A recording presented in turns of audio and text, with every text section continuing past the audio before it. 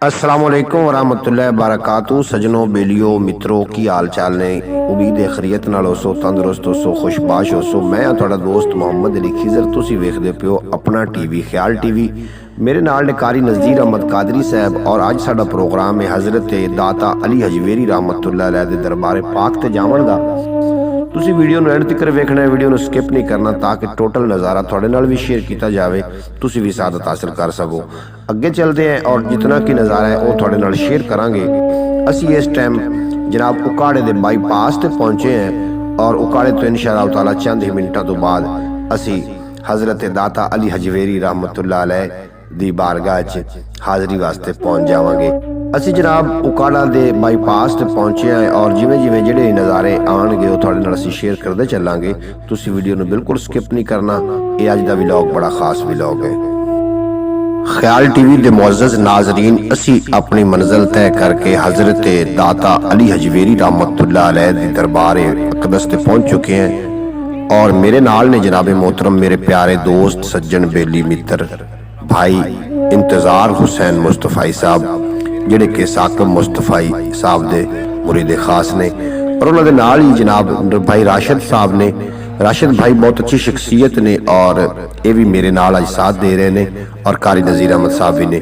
तो इंशाअल्लाह ताला जितनी भी इतनी साड़ी एक्टिविटी होएगी, जी गलबात साड़ी होएगी, थोड़े नाल शेयर करांगे। उम्मीद है कि तुहानूं अज दा व्लॉग अच्छा लगेगा। अगर व्लॉग अच्छा लगे तो चैनल को सबसक्राइब करके बेल नोटिफिकेशन जरूर प्रेस कर लें।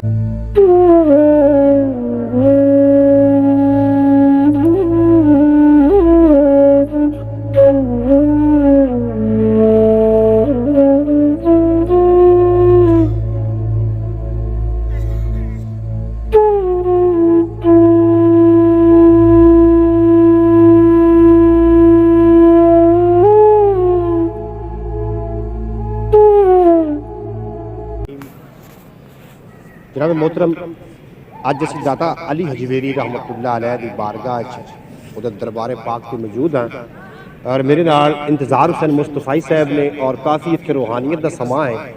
दाता अली हजवेरी रहमतुल्लाह अलैह ते जिहड़े बजुर्ग ने, बजुर्गों के उत्ते अल्लाह का फैज़, अल्लाह की रूहानियत बजुर्गों की वजह तो होंदी है, लेकिन बजुर्गों का सदका जिहड़े नाल बैठे होंदे ने उन्होंने भी लगती है। मैं नकाबत के चंद शेर पेश करांगा हज़रत दाता अली हजवेरी रहमतुल्लाह अलैह के बारे हवाले के नाल। उस तो पहले जनाब मैं हमदे बारी ताला तो अज दे अपनी हाज़री का आगाज़ करदा।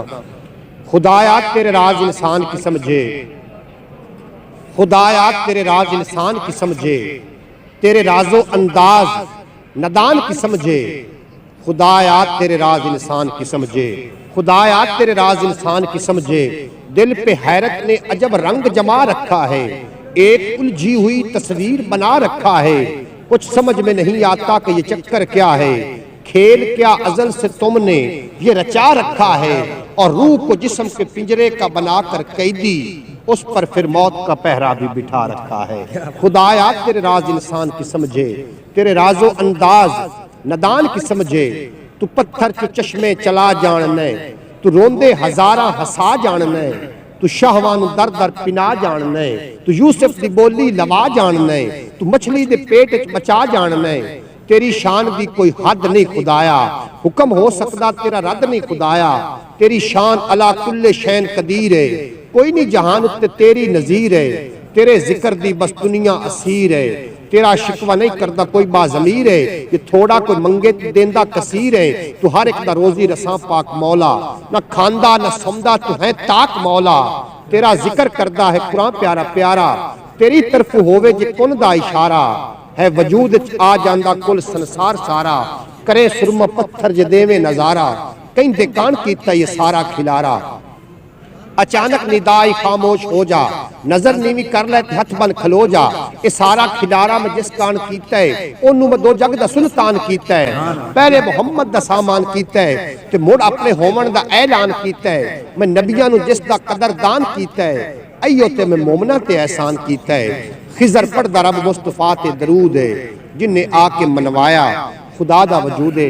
हज़रत अली हजवेरी रहमतुल्लाह अलैह दी बारगाह में एक अद्धा शेर पेश करके उस तो बाद इजाजत ले लेनी कि जिस दम सोहना आ जांदा है, आवन दा मुल पा जांदा है, ते जिस्म दे उत्ते फेर के चादर सारे रोग मिटा जांदा है। जिस्म दे उत्ते फेर के चादर सारे रोग मिटा जांदा है और कीमिया गरजे नजर करे चा लोहे नू लग बा जांदा है एक फकीर मेरे आका दा हिंदुस्तान ते छा जांदा है दाता जिहा इमाम जी होवे काबा सामने आ जांदा सुभान अल्लाह एक फकीर मेरे आका दा हिंदुस्तान ते छा जांदा है दाता जिहा इमाम जी होवे काबा सामने आ जांदा है और काबे ते चढ़बांगा देवे जो सरकार नु भा जांदा जनाब मोहतरम ये जड़ी दरगाह है वलियां दी दरगाह होंदियां ने इत्थे आंदे जांदे रहना चाहिए है इस वास्ते कि इहदे आवन नाल इंसान दी जड़ी रूहानियत उहदे अंदर इजाफा होंदा है जड़ी रूहानियां मर्ज़ां होंदियां ने रूहानी जड़ी मर्ज़ां होंदियां ने उन्हां दा अगर इलाज लभ्या जावे हदीस पाक अंदरों मिलदा है कुरान हकीम अंदरों मिलदा है या किसी दरवेश या किसी वली दी दरगाह तो मिलदा